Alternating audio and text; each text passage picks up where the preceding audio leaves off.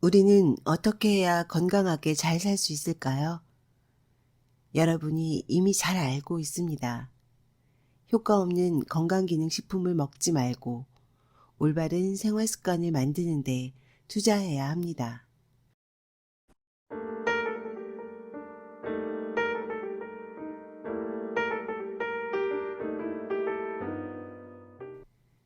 건강한 지식을 함께하는 세이버스입니다. 오늘 읽어드릴 책은 비타민제 먼저 끊으셔야겠습니다. 저자 명승건, 왕의 서재 출판사에서 펴냈습니다.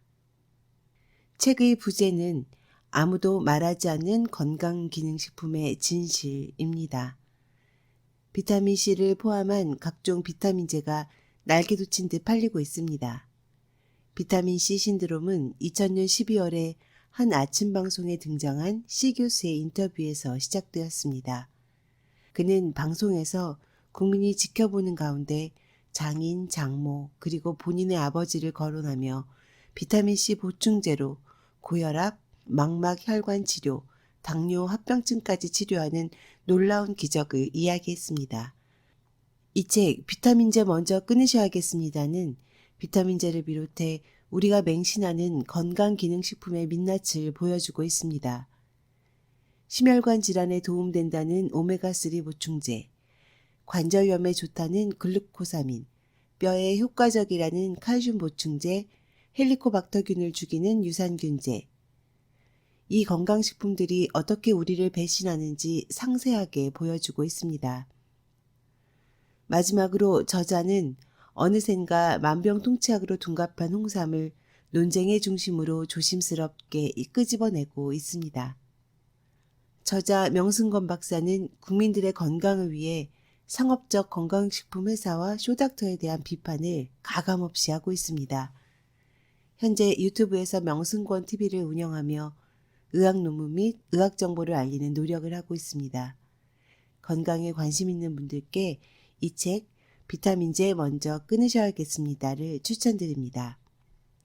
저자 소개 명승권 서울대학교 의과대학을 졸업하고 가정의학과 의학박사로 2015년 현재 국제암대학원대학교 암관리정책학과에서 대학원생들을 가르치고 국립암센터 가정의학과에서 진료와 연구를 병행하고 있다. 메타분석 전문가로 휴대전화와 종양의 위험성 연구를 비롯한 50여 편의 논문을 주요 국제학술지 등에 게재했고 2009년 국립암센터 우수연구자 최우수상을 수상했다.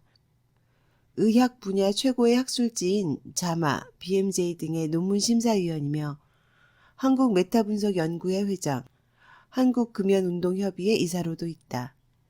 지은 책으로 암과 음식, 불량식품 안 돼요 안 돼 등 다수가 있다.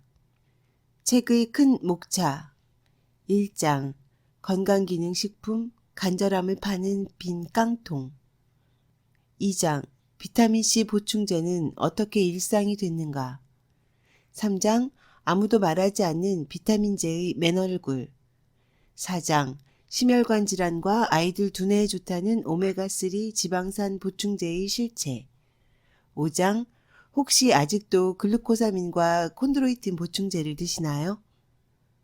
6장 칼슘 보충제는 당장 약국에 반납하라. 7장 쇼닥터와 프로바이오틱스 8장 만병통치약이 된 홍삼은 어디까지 받아들여야 하나?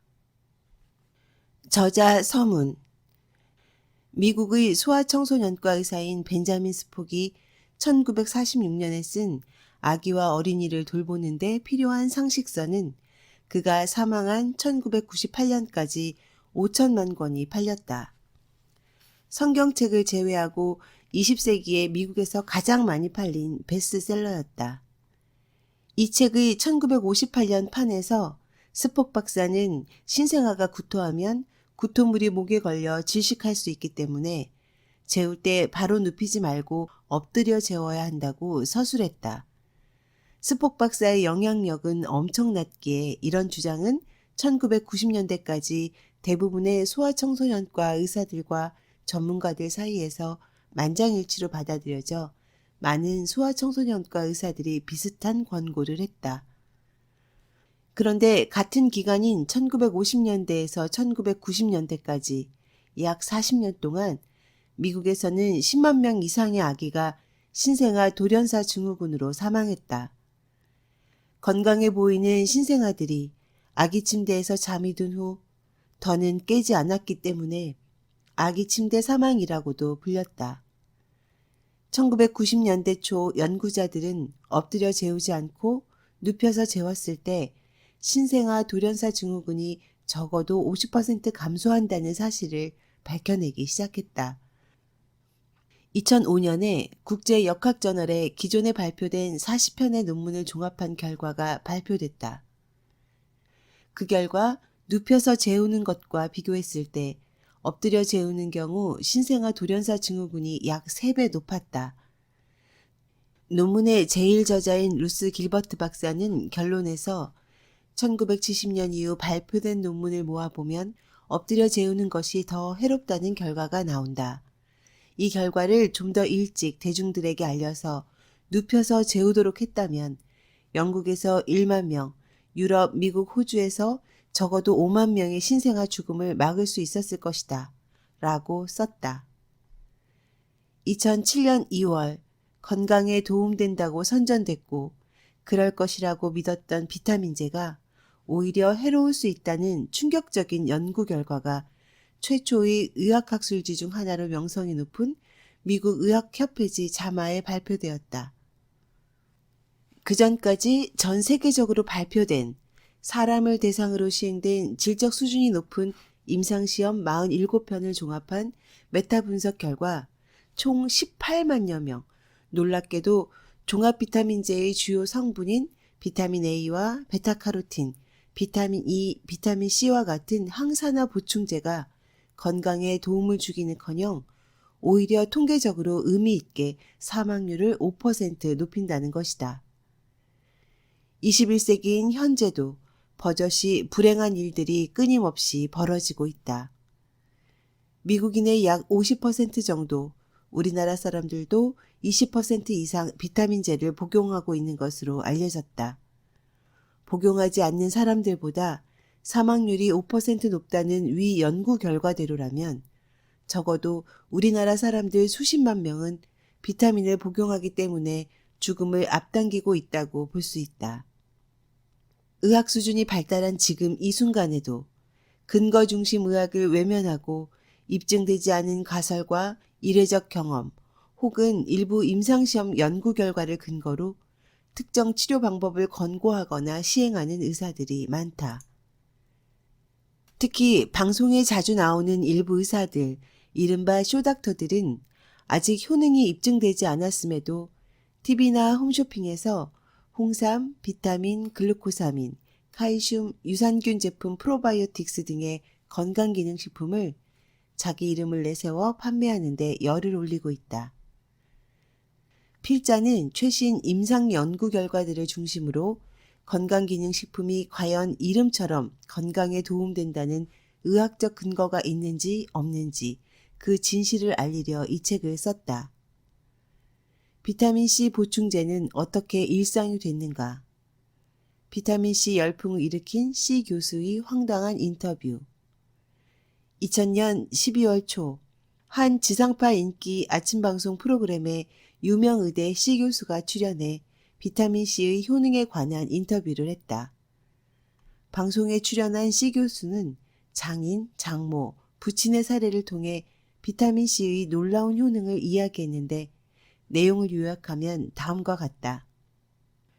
사실은 비타민C에 대해 선배 교수한테 들은 내용이 굉장히 광범위한 것은 아니었습니다만 근본적으로 대단히 중요하다는 것, 본인이 그 일부를 체험했기 때문에 장인 어른이 평소 고혈압이 있었는데 89년경 왼쪽 시야가 갑자기 안 보이는 증상이 발생했습니다.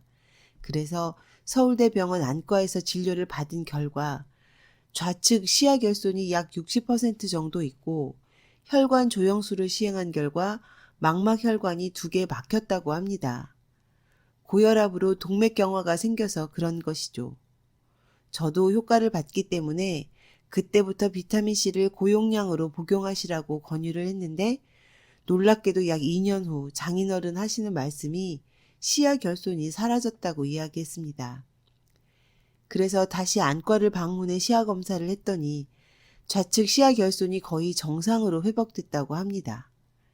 다른 인터뷰에서는 80% 이상 회복됐다고 합니다. 그 전에 고혈압 약을 그렇게 먹었는데도 혈압이 놀라울 정도로 정상이 되었습니다. 놀라운 것은 막힌 망막혈관도 정상으로 되었는데 혈관이 정상화되었기 때문에 혈압이 정상으로 된 것이죠. 그리고 제가 7, 8년 전쯤에 공부하러 2년 정도 갔었는데 떠나자마자 장모님이 고혈압으로 뇌졸중으로 반신불수가 되어 서울대 병원에 입원했습니다. 그래서 야 이제 큰일 났구나. 절망적인 상황이었는데 결론만 말씀드리면 장모님도 지금 누가 봐도 저분이 뇌졸중으로 쓰러지셨던 분이라고 생각할 수 없을 정도로 완벽하게 회복이 되셨습니다. 파장은 엄청났다. 방송이 나간 그날부터 전국적으로 비타민C 구매 열풍이 불어 품귀 현상을 빚을 정도였다.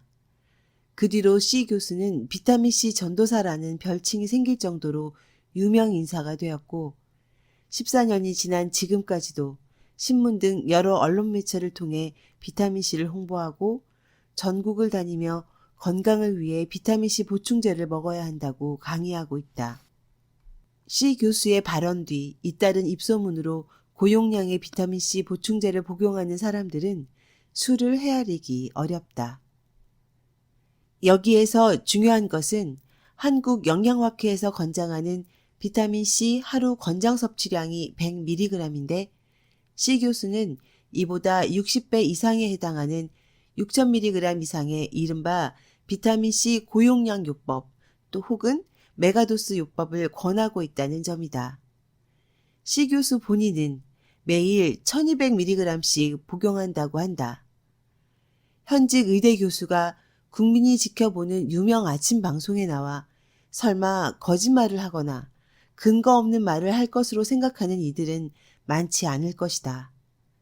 반대로 C 교수의 이야기를 듣고 의학이나 과학과는 거리가 먼 마치 신자가 자기 종교적 체험을 고백하는 것이나 다름없다고 느낀 의학 또는 보건학 관련 종사자들도 많았을 것이다.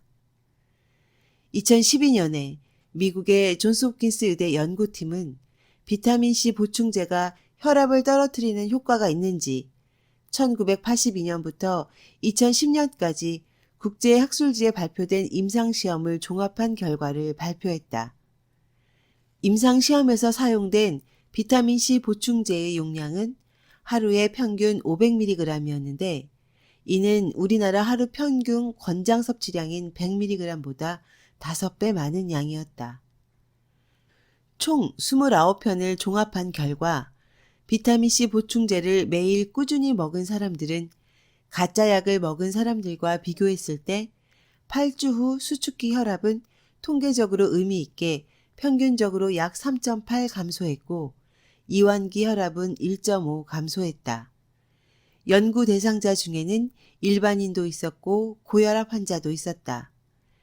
그래서 고혈압 환자만을 대상으로 한 임상시험을 따로 종합해 분석했을 때 수축기 혈압은 통계적으로 의미 있게 4.9 감소했고 이완기 혈압은 통계적으로 의미는 없지만 1.7 감소했다. 정리하면 임상시험을 종합한 메타 분석 결과를 보면 비타민C 보충제는 위약과 비교시 통계적으로 의미 있게 수축기 혈압을 미미할 정도로 떨어뜨리는 효과가 있다. 그래도 생활습관 개선보다는 못하지만 비타민C 보충제를 먹으면 혈압을 조금이라도 떨어뜨릴 수 있는 것 아니냐는 반문을 할 수도 있다. 그러나 이 연구 결과를 일반화하기에는 몇 가지 제한점이 있다. 전체적으로 개별 임상시험의 연구 대상자 수가 너무 적고 연구마다 결과가 서로 다르며 대다수 연구가 두군으로 할당되는 과정에서 무작위를 어떤 식으로 시행했는지에 대한 서술이 되어 있지 않아 연구의 질적 수준이 낮다. 이 상황이라면 연구 결과를 종합했을 때 비타민C 보충제가 혈압을 떨어뜨리는 효능이 있다고 나왔을지라도 그 결과를 무작정 신뢰할 수는 없다. 특히 개별 연구들이 비타민C 보충제를 만드는 제약회사로부터 연구비나 현물 비타민C 보충제를 지원받았는지 분석이 시행되지 않았기 때문에 긍정적인 효과가 혹시 이해관계에 영향을 받았는지를 확인할 수 없는 상황이다. 추가적인 분석을 통해 제약회사로부터 연구 지원을 받은 연구와 받지 않은 연구로 나누어 메타 분석이 필요할 것으로 보인다. 결론적으로 비타민C 보충제가 혈압을 떨어뜨린다는 임상적 근거는 명확하지 않으며 떨어뜨린다 하더라도 현재 사용되고 있는 항고혈압제보다 효과가 현저하게 떨어지고 일반적인 생활습관 개선보다 낫다는 근거도 없다. 비타민C 보충제를 복용하려면 당연히 비용이 들기 때문에 비용 효과적인 측면에서도 권장할 만하지 않다. 나아가 고혈압 환자가 고혈압 치료를 위해 생활습관 개선을 하면 혈압을 떨어뜨리거나 당뇨나 고지혈증 등 각종 질병뿐만 아니라 비만을 예방하고 해결하는 데 도움을 주기 때문에 비타민C 보충제만을 사용하는 것보다는 훨씬 이득이다. 비타민C 보충제를 고용량으로 먹어야 한다는 C 교수의 주장은 이론적으로도 비과학적이며 임상적으로도 그 효능과 안전성이 입증되지 않아 결코 권장할 수 없다. 고용량 비타민C 요법은 학자들끼리 가설이나 이론적 수준에서 논쟁이 되고 있을 따름이다. 임상적으로 입증되지 않아 표준의학에서 권고하지 않는 고용량 비타민C 요법에 대해 그 효능을 과장해서 일반 대중에게 선전하는 것은 바람직하지 않은 일이다. 대중을 혼란에 빠뜨리고 비용을 낭비할 수 있기 때문에 자제해야 한다. 세계를 충격에 빠뜨린 종합 비타민제. 최근 수십 년간 전 세계적으로 발표된 수백 수천 편의 관찰 역학 연구, 단면적 연구, 환자 대조군 연구, 코호트 연구 등 여러 연구 결과를 종합해보면 천연 항산화제와 비타민 등 영양물질이 풍부한 과일과 채소를 많이 섭취한 사람은 그렇지 않은 사람과 비교해서 심혈관 질환, 협심증, 심근경색증, 뇌졸중 등이 적게는 10%에서 많게는 30% 이상 적게 발생한다. 그래서 세계보건기구와 여러 나라에서는 암이나 심혈관 질환 등 건강을 해치는 주요 질환을 예방하고 건강하게 살기 위해 다양한 과일과 채소를 하루에 400g 이상 섭취할 것을 권장한다. 그런데 사람들은 과일과 채소를 골고루 챙겨 먹기가 힘들다고 한다. 이때다 싶어 뛰어든 이들이 바로 제약회사들이다. 이들은 비타민이나 항산화제를 음식이 아니라 약의 형태로 대량 생산해 유통하기 시작했다. 음식으로 섭취하는 대신 천연 항산화제와 화학적으로 구조가 같거나 유사한 형태로 합성하거나 천연 물질로부터 추출해 보충제의 형태로 만드는 것이다. 이들을 통칭해 비타민 보충제 혹은 항산화제 보충제라고 한다. 현재 시판된 종합 비타민제 혹은 영양제의 약 90%는 석유 추출물을 원료로 화학적으로 합성한 합성 비타민제 혹은 합성 항산화제이다. 최근 수십 년 전부터는 합성 비타민 혹은 합성 항산화제가 음식을 통해 섭취되는 천연 항산화제나 천연 비타민과 마찬가지로 질병을 예방하는 효과가 있는지 알아보기 위해 사람을 대상으로 한 임상시험이 전 세계적으로 많이 시행되었고 그 결과들이 논문으로 발표됐다. 눈여겨볼 점은 음식을 통한 천연 항산화제나 천연 비타민과는 달리 합성 항산화제나 합성 비타민 보충제를 복용했을 때 개별적인 임상시험마다 서로 다른 결과가 나왔다는 데 있다. 어떤 임상시험에서는 질병 예방에 효능이 없다는 결과가 나왔지만 일부 임상시험에서는 효능이 있다는 결과도 나오고 또 다른 임상시험에서는 오히려 질병의 위험성을 높인다는 결과가 나오는 등 임상시험마다 그 결과는 천양지차다. 2007년 2월 비타민에 대해 그동안 사람들 대부분이 알고 있었던 것과는 완전히 반대의 연구 결과가 나와 전 세계를 쇼크에 빠뜨렸다. 의학 분야 최고의 의학학술지 중 하나로 명성이 높은 미국 의학협회지에 발표된 한 편의 메타 분석 논문이 그것이다. 논문의 결과는 놀랍게도 많은 사람이 복용하는 종합 비타민제에 들어있는 베타카로틴, 비타민 A, 비타민 E가 건강에 도움을 주기는커녕 오히려 사망률을 높이며 비타민 C와 셀레늄은 사망률을 높이지도 낮추지도 않는다는 것이었다. 구체적인 연구 결과를 보면 전 세계에서 대표적인 의학 데이터베이스에서 2005년 10월까지 발표된 논문을 대상으로 검색한 후 지난 16년 동안 발표된 총 68편의 무작위 임상시험을 선정해 개별 연구 결과를 종합하여 메타 분석했다. 68편을 종합했을 때 연구 대상자 수는 23만여 명이었고 항산화 보충제 베타카로틴, 비타민 A, 비타민 C, 비타민 E, 셀레늄을 복용한 사람들이나 그렇지 않은 사람들이나 사망률에서 통계적인 차이가 없었다. 즉, 보충제를 복용하더라도 사망률을 낮추기 위해 효능이 없었다는 것을 의미한다. 그런데 더욱 당황스러운 결과는 68편의 논문 중에서 객관적인 논문의 질 평가 기준에 맞춰 질적 수준이 높다고 평가된 47편의 임상 시험들만을 종합했을 때 총 연구 대상자는 18만여 명, 항산화 보충제를 복용한 사람들이 이를 복용하지 않는 사람들보다 통계적으로 의미 있게 오히려 사망률이 5% 높았다는 것이다. 좀 더 자세하게 살펴보면 베타카로틴 보충제를 복용하면 복용하지 않는 때보다 7%, 비타민 A는 16%, 비타민 E는 4% 정도 오히려 통계적으로 유의하게 사망률을 높였다. 비타민 C와 셀레늄은 사망률을 높이지도 낮추지도 않았다. 비타민제가 심혈관 질환에 좋다고요? 필자는 기존의 임상시험을 종합한 메타 분석 결과를 2013년 2월에 전통 있고 저명한 영국 의학저널에 발표했다.